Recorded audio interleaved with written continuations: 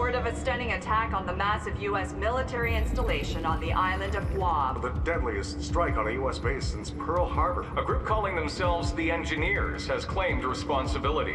Released an internet video complete with chilling footage from the attack to lay out their demands. They're calling the attacks the Blacklist. The Blacklist. The Blacklist. We give thanks to the brave men and women who work tirelessly to bring these terrorists to justice. The world will never know their work. Their names will be lost to history. But their sacrifice will never be forgotten.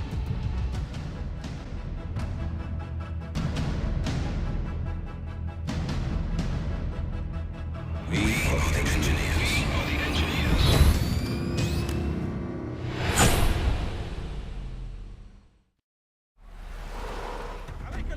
Enemy transport dropping hostiles, at least a dozen.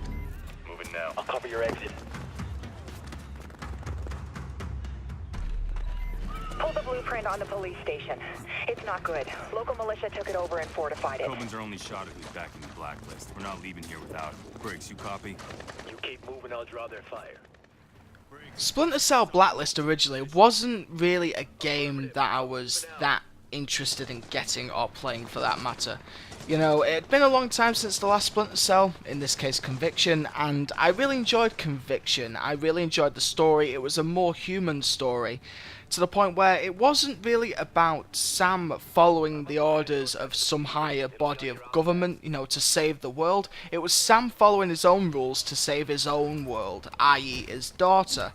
And that was really compelling, and I really liked to see that side of Sam, just to show the fact that there is a, you know, human being, a responsible and caring human being underneath this machine that the government has built. My opinion on Blacklist soon changed, however, after I got a chance to play the first mission at a Ubisoft Play event, and, you know, I was committed and I enjoyed it, so I got the game and I got what I expected. I got a solid action game, a solid stealth game, a somewhat compelling story, even though it does miss several beats. Those beats I'll talk about in just a moment.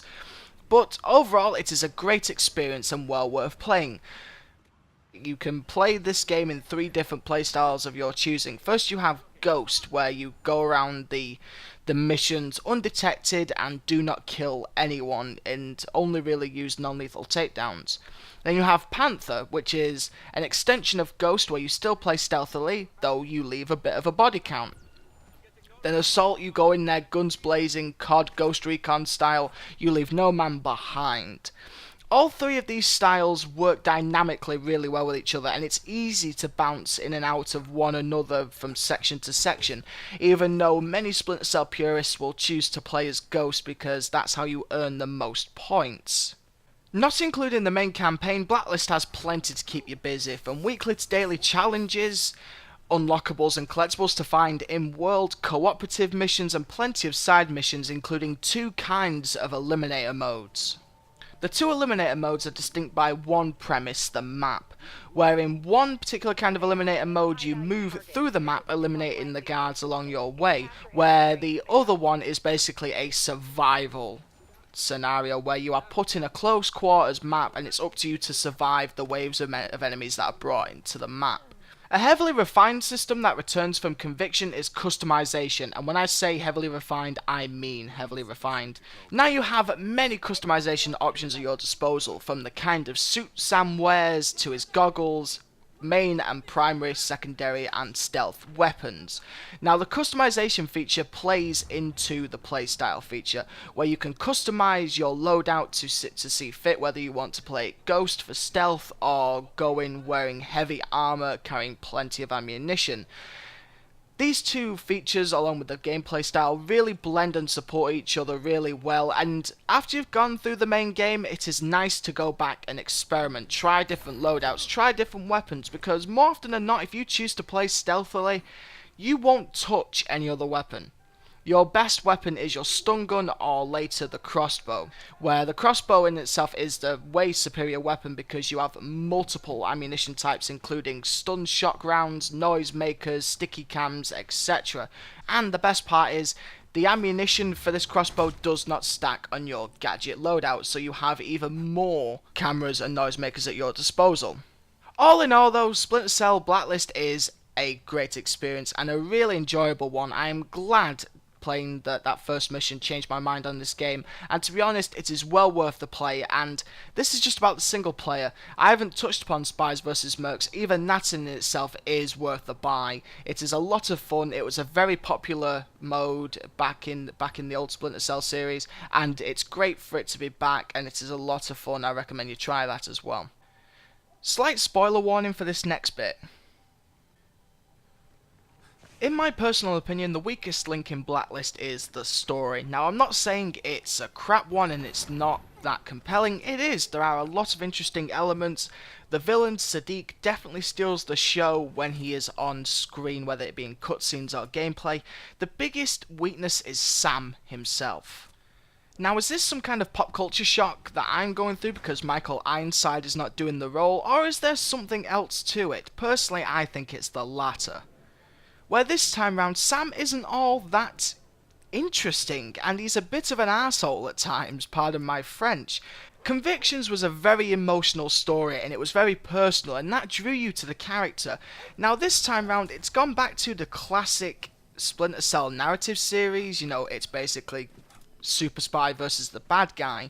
Now, in this day and age, in terms of gameplay and storytelling, we want to be invested in the character, we want to be committed to the character, and for that we need some kind of emotional stake in that character. That character needs to go through an emotional scenario, an arc, and it just isn't there.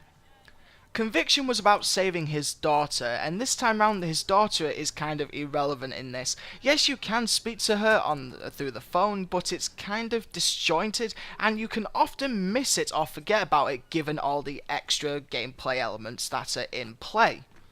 Even his relationship with Coben goes unchecked or studied. I don't know about you, but if someone kidnapped my son and used that as leverage for me to do evil things, and then finally years later I came into contact with that individual and no one was there, I would have words. Super spy, trained professional killer or not, I would have a slight vendetta, and that is just not explored at all in this relationship. It was a great opportunity to really get into the psyche of Sam Fisher himself. Like, how would he treat this individual? You know, would he really kill him on the spot? Even throughout the game you have multiple choice options where you can kill or spare someone. You do not get that choice with Coben, and that was a major letdown. I was really expecting that option to appear late in the game, and it's just not there. Just about halfway through the game, Sam gets poisoned. Now, this would have been a great plot device to give Sam an emotional stake in this story in his relation to Sadiq. But again, it's looked over, and by the end of that mission you go through some really good, interesting gameplay elements of being poisoned where you can't really attack anyone, and ultimately you're cured at the end of that mission and you move on to the next. That was a mistake and by far my biggest gripe with this game's story. The idea that Sam is poisoned by nerve gas and he's racing against the clock, not just to stop the Blacklist attacks, but to save his own life, is compelling. It is the emotional connection we need to the character, the relatable element we need, and Sam has a personal stake in the story. This is just one minor personal complaint, however. In the end, I'm willing to forgive it though, but just because Splinter Cell Blacklist is just an all-round amazing game and well worth playing. I was really surprised by it. I was really surprised by how good it was gonna be, and in the end I'm really satisfied paying full price, and it's a great game to play between now and the next gen consoles and other Ubisoft major titles such as Watch Dogs and Assassin's Creed. I give Splinter Cell Blacklist a 9.5 out of 10. The only thing drawing it back is just that slight narrative issue, but in the end, like I said, it's forgivable because the game itself is just that good. Anyway guys, thank you so much for watching. I hope you enjoyed it. Please leave a like, please leave a comment. I really want to know what you guys think of this game down below. Please let me know, and as always, take care, be safe, and I will see you in the next one. Love you all guys. Way out. Peace. We should be able to get some useful data from it. One more time.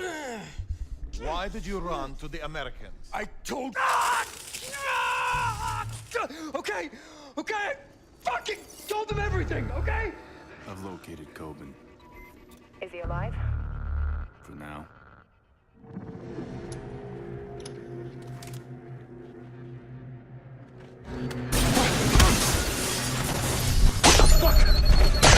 Don't kill me! Thank you. Thank you. Who are you? CIA? Oh, you have got to be fucking shitting me! Fisher, if this is about what happened in DC... Shut up. Sam, what's No, happening? no, don't!